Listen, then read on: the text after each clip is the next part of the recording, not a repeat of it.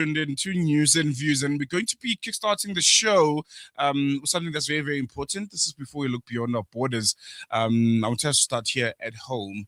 New crime statistics have been released by Gauteng Police Commissioner Lieutenant General Tommy Mtombeni, and they point to a notable decline in contact crimes across the province, with contact crimes down by more than 5%, while murders and attempted murders have also shown encouraging decreases. Officials say the figures are evidence that efforts to, let's say, create a safer Gauteng, safer communities are beginning to yield results.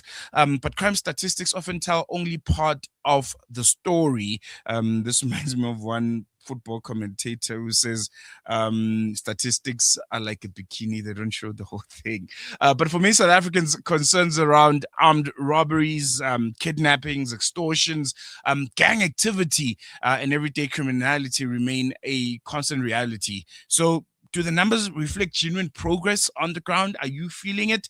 Is there maybe a gap between what official statistics and public experiences, what you and I go through on a daily basis, get to see and feel? And I think that's going to be the core of today's conversation, and to help us unpack all of it and what these figures really mean, we're joined by criminologist Mr. William Booth, who's going to be giving us more insight on these stats and what they mean for you and I. Mr. Booth, thank you so much for joining us. Welcome to News and Views. Really appreciate you giving us your time.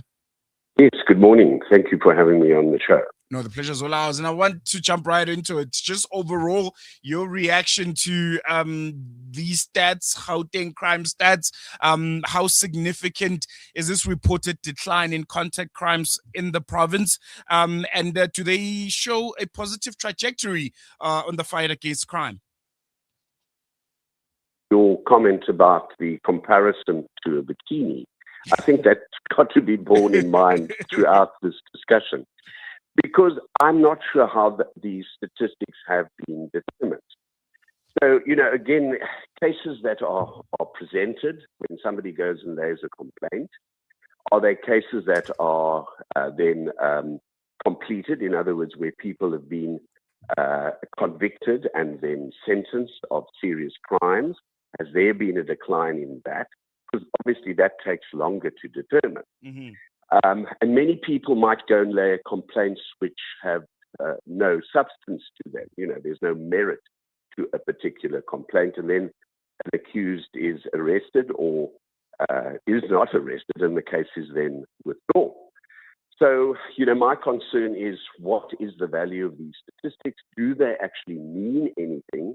And is it not just an attempt to kind of place the South African police in a better light with regard to all the corruption allegations that have been made, comments that have been made during various commissions of inquiry at Parliament and the Matlanga Commission, etc.?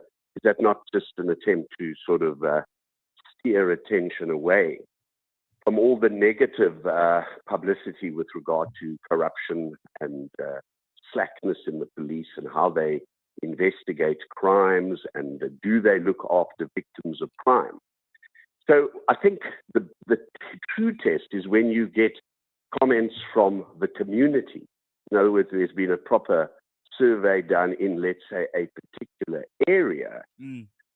Pick an area and say, go to the community members or community forums in that area and say, what do you feel? Are the police, one, performing better? Two, are they looking after the victims of crime? And three, are they properly investigating matters, and are they arresting people?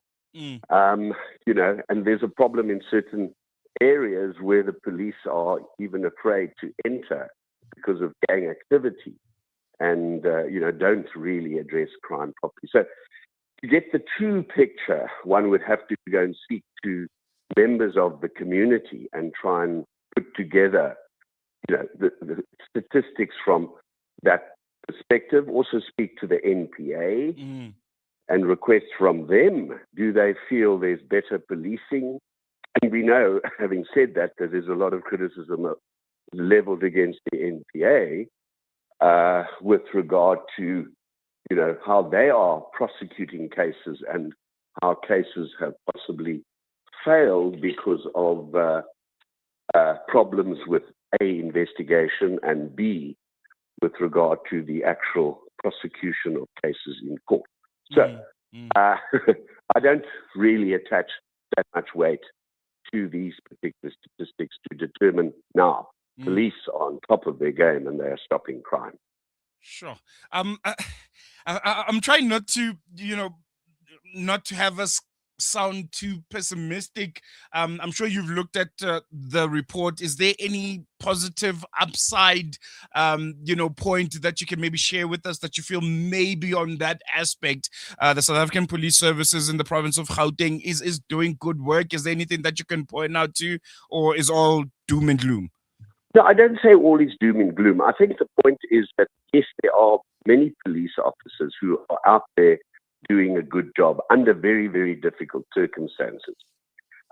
Police are operating in certain gang areas. If we take the Western Cape in particular, there's certain well-known areas which are like literally controlled by gangs. So it's difficult for the police to operate in those areas. They're also understaffed, and also there's just too many complaints, and sometimes the complaints don't have merit, as I said earlier. And then they're left with investigating silly complaints which should never have been made, and people rush off to the police about a dispute that should never go to court. Let's say a family dispute which doesn't have to end up going to the police, or a dispute about somebody who owes somebody money and suddenly it's charged of theft and fraud when actually it isn't. So one has to bear that in mind. There's so many dockets out there that are floating around. The police can't deal with them all properly. The detective branches are, swamped with the amount of cases. Courts are being swamped. There's so much overcrowding in the prisons, and there's so many court cases in court, which cause delays in court and big problems there. So, yes, it's good to get the statistics, and it's good to see the police, from a positive point, are actually, trying to get out there and trying to do something to improve things. But, let's hope it continues, because, we've had lots of incidents where, the police haven't done what they should be doing and haven't investigated properly, complaints against the police, and then nothing comes of it. But, one must preface that by saying there are a lot of good police doing a good job under very, very difficult circumstances. And the community must also get involved.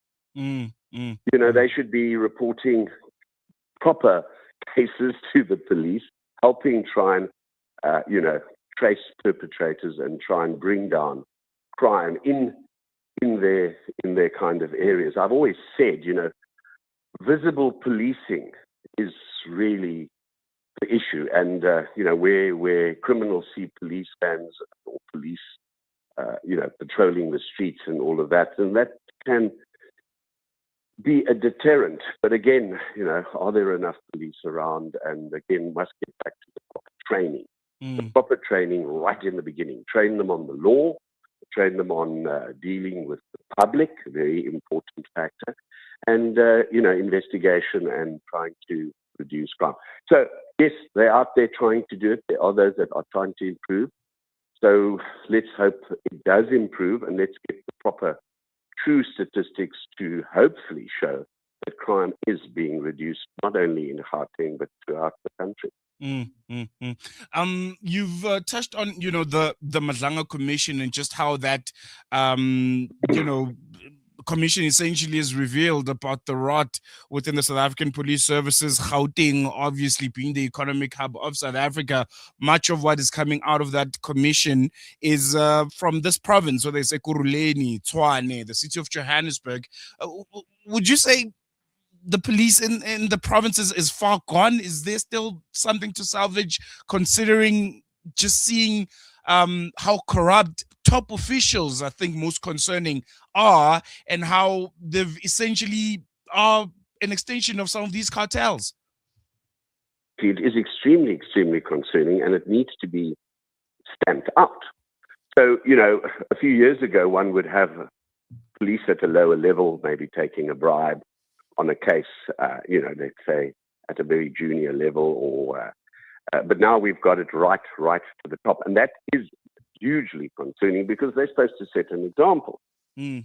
So, if there's been a thorough, proper process to appoint, let's say, a commissioner of police or deputy commissioner or head of the detectives or hawks, and then that person, whoever that might be, is found to be corrupt, then what is wrong with the whole system? Why is that happening? Yes, one in amongst all of this, and I mean, one can go to the United Kingdom. There have been inquiries there. Police have not done their job there either. But, if we're looking at the top level, usually the top level there is, well appointed and, doing their job properly. So it happens in all countries, but I think in South Africa, it is in comparison to a lot of other countries, problematic that you've got the police right at the top level who's supposed to be showing other police how to deal with matters. Then there's no trust in them. And then you think, well, the next person, whoever that might be, is there hope that that person is going to do it properly? So this is a huge, huge problem, and it needs to be addressed at the highest level, obviously, by the leaders of the country. And, yes, all these commissions, and what happens from the commissions? I mean, the Zondo Commission, for example, happened a number of years ago, but what really has come out of it from an effective dealing with all the issues that were raised, and not very much has come out of that. So you have all these commissions and they cost a lot of money. It actually does expose the police at the highest level, but let's make sure that the rot is stopped and we can appoint the top police who can be trusted. You need to know that you can go to a top policeman and he's not being influenced by others to help you solve your crime, and then hopefully solve the country's crime situation. Very, very important to note. Lastly, before I let you go, any word to our listeners, to the citizens of the province of Gauteng, just after these stats have been released? Any message to them as someone that studies crime trends and studies just how these gangs and these cartels morph and change their modus operandi on different kinds of crime? What should be the key takeaway for our listeners? Well, I think the community must work together with the police and put together proposals how to improve policing, let's say, in their particular area, which will spread to the larger areas in the province and then obviously beyond that. But again, people live in areas that have gangsters operating, and they target youngsters, and there's unemployment.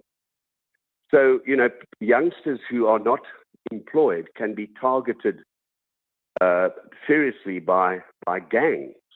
I mean, I saw the other day a program in Sweden, of all countries, where, there are these problems. Gangs are using young children, and there's the movement to get them away through education, through sport.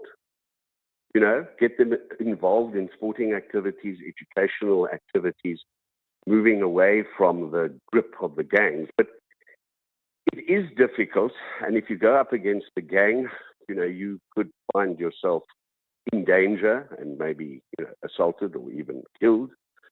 But the message is, I think we have to be positive, and all community people in every community must put forward proposals and, talk to the police, work together with the police and try and, resolve all of the crime. But yes, there may be great kind of hope with regard to these statistics, but as I said earlier, I'm not sure if they truly reflect the situation. But let's take it, let's be positive, and let's work together with the police and ensure that you are safe in your home, and that your children are being educated and not getting involved in gang activities. But, these syndicates operate throughout the world. Yeah.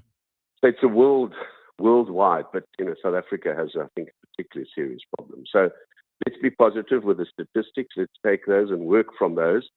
And let's see for next month or the month thereafter that there is, in fact, a true reduction in crime, and that if you see somebody in the street and you ask them, do you feel safer? Do you have better hope in your policing services? Do you regard them as looking after you properly, and you can feel that you can walk the streets at night and be safe in your home? And they start saying yes, then we are on the road to success. So let's all, I think, work together on this project, and not having a year's time, oh my goodness, the statistics are now rock bottom again, and there's no progress. No, most definitely. William Booth, criminologist, thank you so much for joining us. Really appreciate it. Pleasure. Thank you very much. Bye-bye. Bye-bye. There you go. That is criminologist William Booth helping us unpack Gauteng's latest crime statistics and the important question of whether declining crime figures, what SAPS is telling us, those figures are translating into safer communities. Do you feel that much safer in your communities? Are you seeing a decline in crime? Do you feel like the police are finally doing their jobs? And I'm saying this because while I'm talking to you guys and I'm on air, obviously you must be in the loop on everything that's happening. Just last night, police have launched a manhunt for suspects following a mass shooting at the Jumpers Informal Settlement, this out in Cleveland, and it has claimed the lives of 12 people and left several others injured. Just Tuesday night, while you and I were sleeping. And SAPS in Gauteng tells us that, hey, let's take a quick break. We'll be back with you after this.